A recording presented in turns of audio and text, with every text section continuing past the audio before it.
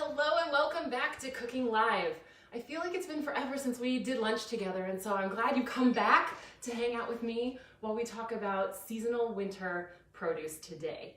One thing I hear in my office a lot is people tell me, oh, Erin, I do eat vegetables. I like to eat vegetables, but in the summer it's so easy. Everything's fresh. I just don't really like any of the canned and frozen stuff, and it's winter time and I don't want to eat that.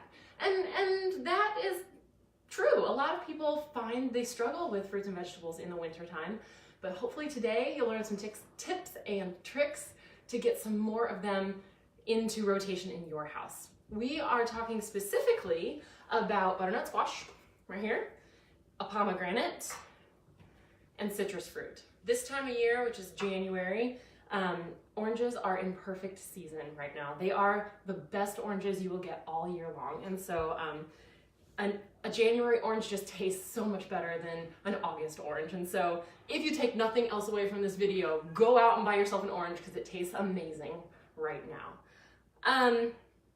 This video got started because my sister asked me, she's like, Erin, I know butternut squash is good for me, but I don't know how to do it. And because she had bought a butternut squash and she's like, okay, I got it in my house, now what? Like, this is a little intimidating. You can buy it pre-cut in the freezer section. Honestly, I like it better fresh. And so that's what I want to tell you how to get butternut squash to eat out of this thing here. Whenever you're cutting up vegetables, you always want to make yourself a flat surface, okay? Cut off that little round thing here. And so now my butternut squash is much more stable. Okay, then in order to get my whole squash into these nice cubes here, we're going to start by separating the round bulby end from the neck. Okay, put that off to the side for now. We're gonna cut off the top there. Then I'm gonna use a carrot peeler. And that carrot peeler works so much better than a paring knife to peel a butternut squash. You wanna peel it down to where the orange really starts to show through. So you might have to go around a couple times with your peeler.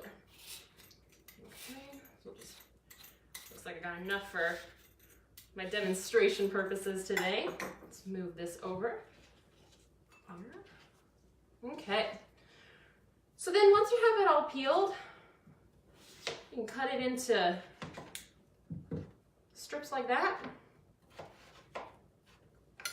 Cut this further into sticks. If you have a spiralizer and you wanted to make veggie noodles, then you wouldn't cut it any further than like this. This would be perfect for spiralizing chunks like that. Okay. Once you get it into lines, there you go. Perfect little butternut squash cubes for about 1/3 of the cost of what it costs you to go to the freezer aisle and get it already done.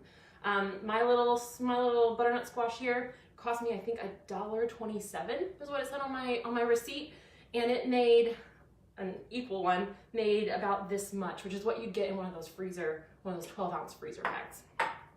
The bulb end here, same deal. You want to keep peeling, but when you cut it in half, it's gonna have some seeds in it. Just take a spoon, scoop the seeds out, throw them away. Okay, and then you can cut this end up into the cubes as well. All right, so that is one way to get butternut squash, which is a starchy vegetable and has a lot of good fiber, a lot of beta carotene, a lot of good other forms of vitamin A, potassium. It's so good for us, but you see them in the produce department, you're like, I'm not really sure what to do with it. Once you get it into cubes, just toss it with a little bit of olive oil, salt, pepper, stick it in the oven while you're cooking something else. This turned into really nice, tender, delicious, juicy butternut squash in about 25 minutes. So, all right, so that's my squash, okay? Next up is my pomegranate, okay? You may have seen pomegranate arils. A-R-I-L is what those little pomegranate seeds are called, pomegranate arils. They, the Pom Wonderful company is probably the most famous pomegranate growers, and so you'll see they have a heart logo. You might find those in the produce section in the cooler. A small bag will cost somewhere between $6 and $8 depending. This pomegranate cost me $2.99. I've also seen them for $1.99. You just kind of got to shop around, but it's much more economical to buy it whole. But what are you supposed to do with it, right? So you want to turn your pomegranate the side up very gently. I'm just going to make an X in the bottom. Okay. I have a bowl of water here because this is the way that I have found is the easiest way to open a pomegranate. You see those? You see those beautiful red, amazing seeds in there? The seeds sink and the rest of the pomegranate stuff floats. So you can really get in here because it can be kind of, you can see the seeds are all in the different, they're kind of mixed in with the pith there. Just gonna keep. I purposefully wore a dark shirt today because I'm getting a little bit of splashback here. So pro tip, either wear a black shirt like I did or wear an apron when you're doing this. I'm gonna end up hot pink and speckled. So you can see those there. This is really fun to do with kids because you don't expect the inside to look like this. A pomegranate is surprising and wonderful and amazing, and it's just one of those things that I look at and I think, well, golly, that's how it's put together, huh? It's just really, really fun, and it's an odd fruit. A lot of people, if you ask them, have you had a pomegranate? They would say, no, or no. And so it's one more way to stay seasonal with some unexpected fruits and veggies. Okay, so put my seeds in there. Like I said, the rest of the stuff you don't want to eat off a pomegranate floats. Your seeds sink, and so it makes it really easy to separate those out. Okay, so I'm gonna, did not grab my bowl for pomegranate seeds. There we go. Just pop those in there. My $3 pomegranate will make about 1.5 of those $6 bags worth of seeds. Okay. When you eat a pomegranate, you're going to eat the whole seed. There is a little bit of a hard, center to it. It's totally edible, and it's just a little bit of extra fiber. All right, so that is my pomegranate and my butternut squash. I did roast this squash ahead of time. I also toasted up some walnuts. Nuts are always in season, and they're an important piece to our winter salad here because it's going to give us a nice layer of flavor here. So that's what I got going on here. Also for a little bit of flavor, real quick, I'm gonna cut up my red onion. When I am making a salad, I like red onions in my salad rather than the white onions. Just because I like the taste, I also like the way they look. Part of the reason people are dissatisfied with the salads in their lunch boxes and are more satisfied with the salads that come in restaurants is because salads from restaurants are pretty.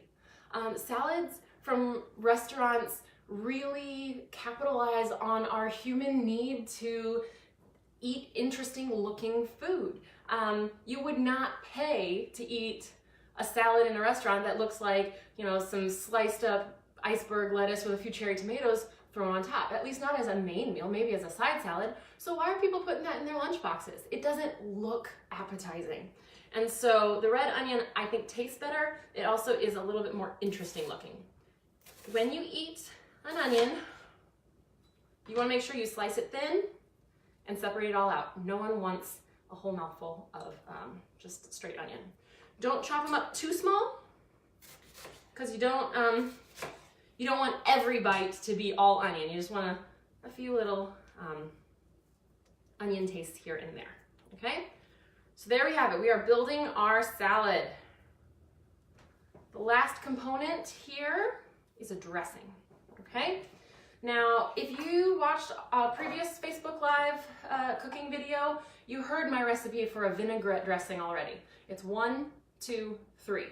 1 part seasonings. That's salt, pepper, herbs, and anything sweet that goes in, and the other flavor components. 2 parts acid. In this case, we're gonna use our seasonal orange juice. We're gonna freshly squeeze it.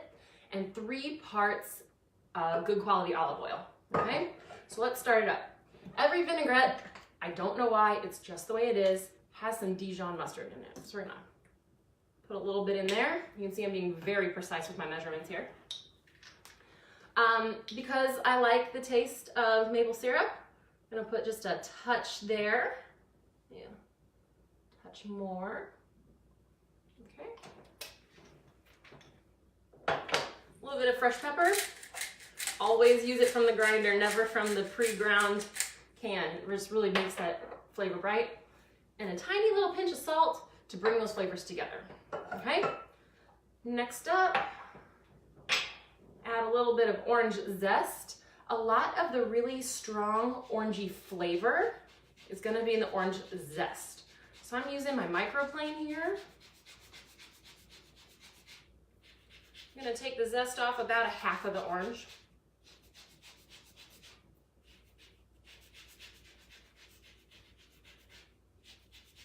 There we go. It's about a teaspoon, not a tablespoon. Goodness, that'd be so much zest. All right, there we go. So there's all my seasonings. Next up, I'm gonna, do you see that bright color? And you can't smell it, but I can. This is like the world's most perfect orange right here. They are so in season right now. All right, be really careful again.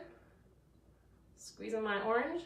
Try not to get any seeds in there. You could use a citrus juicer if you wanted to. You don't have to. Hands work just as well. All right, so maybe you can start to see it layering. There's a thin layer of my seasonings there, about twice as thick of a layer of my juice. Now we're gonna add a thick layer of oil there. It's a little science experiment in a jar. You can see thick layer, about 3 parts oil, 2 parts acid, 1 part seasoning. And that is seriously the recipe for vinaigrette. Okay, give it a good shake till it emulsifies. This is a thin dressing. Its job is just to provide a little bit of flavor to every bite, not really to get too heavy or anything. And there you go, it's all nice and done up there. It's time to put together our salad. Are you ready? It's gonna be great. I have a salad spinner here. I swear by my salad spinner, because one of the things that makes a restaurant salad different than a home salad is that restaurant salad greens are always freshly washed, and if you've eaten a salad recently, you know that restaurant greens just look a little bit fluffier, don't they? And whenever the last time you had a salad in your lunchbox, that was kind of compacted and weird in there, right? And so a salad spinner is important.